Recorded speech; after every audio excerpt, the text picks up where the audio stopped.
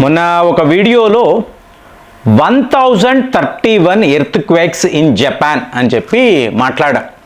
So చాలామంది మిత్రులు అసలు 1000 భూకంపాలు ఎలా వస్తాయండి, మీరు ఆ న్యూస్ రిపోర్ట్ చూపిస్తున్నారు అన్నీ కరెక్టే, కానీ అసలు ఊహించలేము కదా. అంటే మనము మన భారతదేశంలో నివసించేటప్పుడు పరిస్థితులు టోటల్గా వేరండి. అంటే నూతిలో కప్పల్లాగా చాలామంది ఉంటారు. ఇక్కడ ఉంటూ అలా ఎలా జరుగుతుంది అని అడుగుతారు. ఇప్పుడు జపాన్ అన్నారు అనుకోండి, పరిస్థితులు ఎలా ఉంటాయి?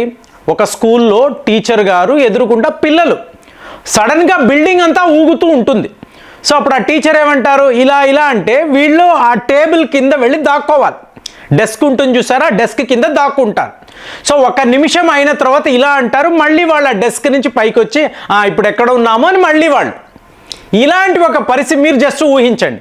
మీరు ఒక హైదరాబాద్లోనో, విశాఖపట్నంలోనో, విజయవాడలోనో మీరు చదువుకుంటున్నప్పుడు మీ స్కూలులో భూకంపము వస్తే, మీరు ఒక స్కూల్ టీచర్ అయి ఉండొచ్చు, ఎలా ఉంటుంది అసలు ఇమాజినే చెయ్యలేమండి. ఇంకొక నెల రోజుల పాటు ఎవరు అసలు ఆ స్కూల్ వైపే వెళ్ళరు బిల్డింగ్ ఊగితే.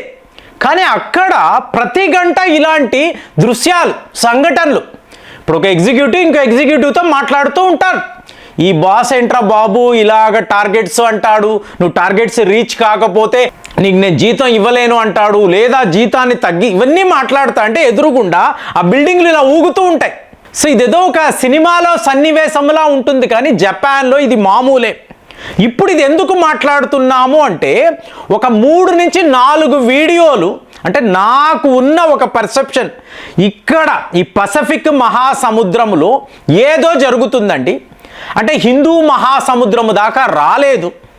ఇప్పుడు పసిఫిక్ మహాసముద్రము, హిందూ మహాసముద్రం ఎక్కడ అంటే మీకు అండమాన్ ఓషన్ అంటారు, మలాకా స్ట్రైట్ అని మనం మాట్లాడాం. ఈ మలాకా స్ట్రైట్ అనేది హిందూ మహాసముద్రం యొక్క మీకు సరిహద్దులు అనుకోండి. అటువైపు మీకు సౌత్ చైనా సీ, దీనినే పసిఫిక్ ఓషన్ అని కూడా అంటారు. ఇక్కడే ఈ కలయిక అనేది జరుగుతుంది.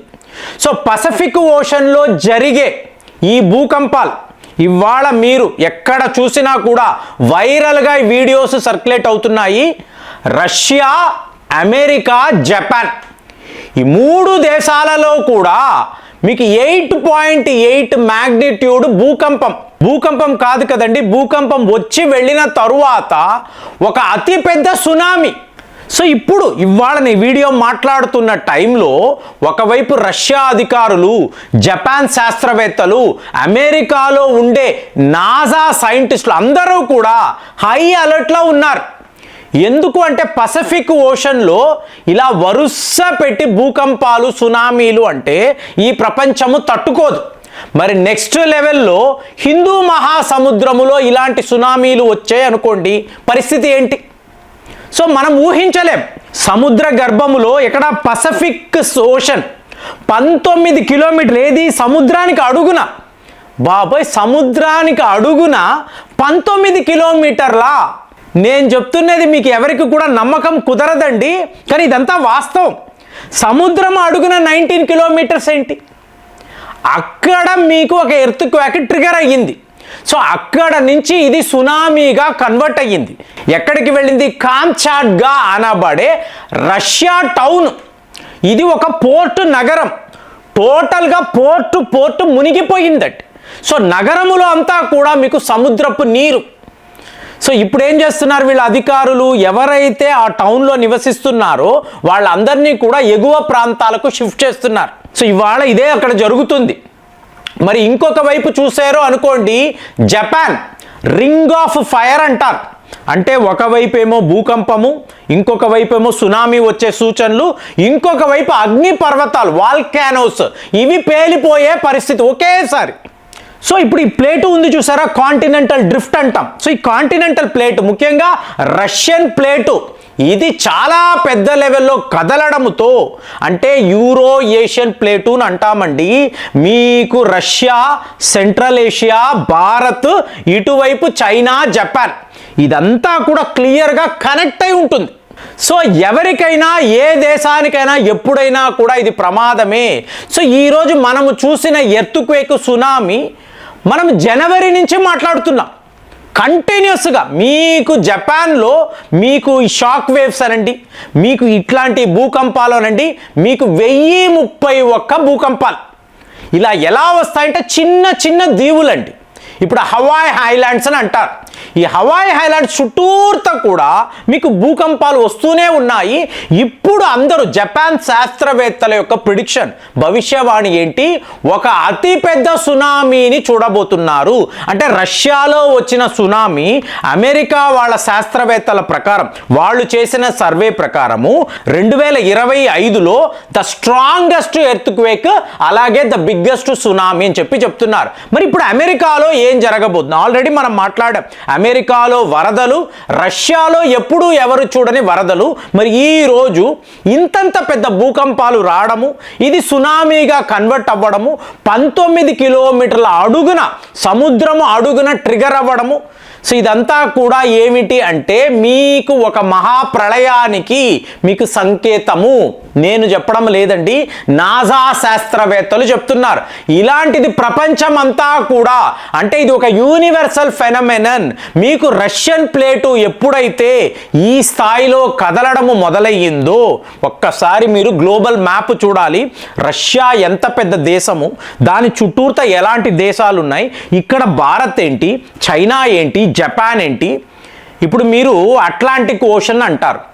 అట్లాంటిక్ ఓషన్లో ఇలాంటి సునామీలు, భూకంపాలు వస్తే నాటో దేశాలంతా కూడా మునిగిపోతాయి. ఇప్పుడు ఇది ఎక్కడ దాకా చూశారు? ఈ పసిఫిక్ ఓషన్ యొక్క ఎఫెక్ట్ న్యూజిలాండ్ దాకా కూడా చూశారు. ఈ న్యూజిలాండ్ అనబడే దేశము మీకు కొన్నేళ్లలో మునిగిపోయే ఒక దేశం.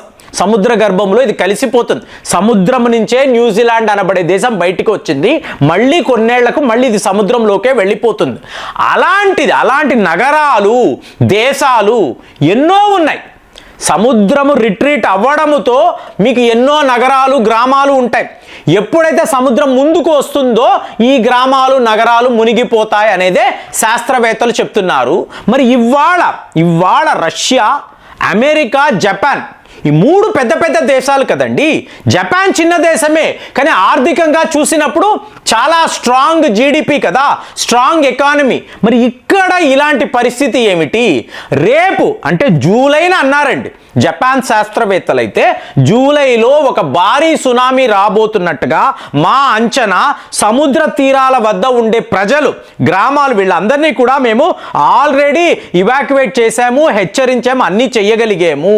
మరి ఎప్పుడు వస్తుందో మేము ఎదురు చూస్తున్నామని జపాన్ ప్రభుత్వమే లిటరల్గా వెయిట్ చేస్తున్న ఈ టైంలో సడన్గా మీకు రష్యాలో ఇంత పెద్ద ఎర్త్క్వేక్, సునామీ రావడము, నెక్స్ట్ టార్గెట్ అంతా కూడా జపాన్ అని చెప్పి ప్రపంచమే ఇవాళ జపాన్ వైపు చూస్తుంది. ఒకవేళ జపాన్లో ఒక భారీ సునామీ వచ్చింది, మీకు అక్కడ ఉండే న్యూక్లియర్ ప్లాంట్స్ అంతా కూడా మీకు సముద్ర జలాలలో మునిగిపోయే అనుకోండి, అప్పుడు పరిస్థితి ఏంటి? ఆ రేడియేషన్ ఏంటి? సముద్రం అడుగున ఉన్న ఈ కోరల్ రీఫ్, ఆ లైఫ్ ఏంటి? చేపలు ఏంటి? సో ఇదంతా ఏంటి? ఒక్కసారిగా మీకు టోటల్ ఈకో సిస్టమే మారిపోతుంది. సో అలాంటి పరిస్థితి రాబోతుందని నాసా శాస్త్రవేత్తలు కూడా ఇవాళ హై అలర్ట్లో ఉన్నారండి. ఎందుకంటే రష్యా అన్నాము, అమెరికా అంటున్నాం, మీకు చాలా పెద్ద దేశాలు కదా. సో అక్కడ ఇలాంటి పరిస్థితి మీకు ఆ వీడియోలు చూస్తే మొత్తం ఆ పోర్ట్ నగరం అంతా కూడా కొట్టుకుపోయిందండి. సముద్రపు నీరు అలా ప్రవహిస్తూనే ఉంది, ప్రజలు పరిగెడుతున్నారు, కార్లు అవి తేలుతున్నాయి, మీకు అధికారులు హెలికాప్టర్లు పెట్టుకొని వీళ్ళని ఎలా రెస్క్యూ చేయాలి ఇన్ని చేస్తున్నారు. మరి ఈ పరిస్థితుల్లో ఇంతంత పెద్ద భూకంపాలు, ఇలాంటి సునామీలు ఈ ప్రపంచము తట్టుకుంటుందా? ఆల్రెడీ మనము రిసెషన్ వైపు వెళుతున్నప్పుడు ఇలాంటి న్యాచురల్ ఫినామినన్ ఏంటి? సో అందరూ ఆలోచిస్తున్నారు. మరి ఈ వార్తలు మీరు విన్నారా? ఆ వీడియోలు చూసినప్పుడు కొంత షాకింగ్ గానే ఉంది, కానీ ఇది రియాలిటీ అండి. ప్రకృతిలో జరుగుతున్న మార్పులు, ఇలాగ కాంటినెంటల్ డ్రిఫ్టింగ్ అనేది చాలా స్పీడ్గా జరుగుతున్నట్టుగా చెప్తున్నారు. ఇది ఆర్కిటిక్, అంటార్కిటికా సర్కిల్ దాకా కూడా ఇది కొనసాగవచ్చు. మరి ఇలాగా రష్యా, జపాన్, అమెరికాలో వచ్చిన భూకంపాలు, సునామీలు, వీటి గురించి మీరు ఏం ఆలోచిస్తున్నారు? కామెంట్స్లో రాయండి. మళ్ళీ వచ్చే వీడియోలో కలుద్దాం. జై హింద్.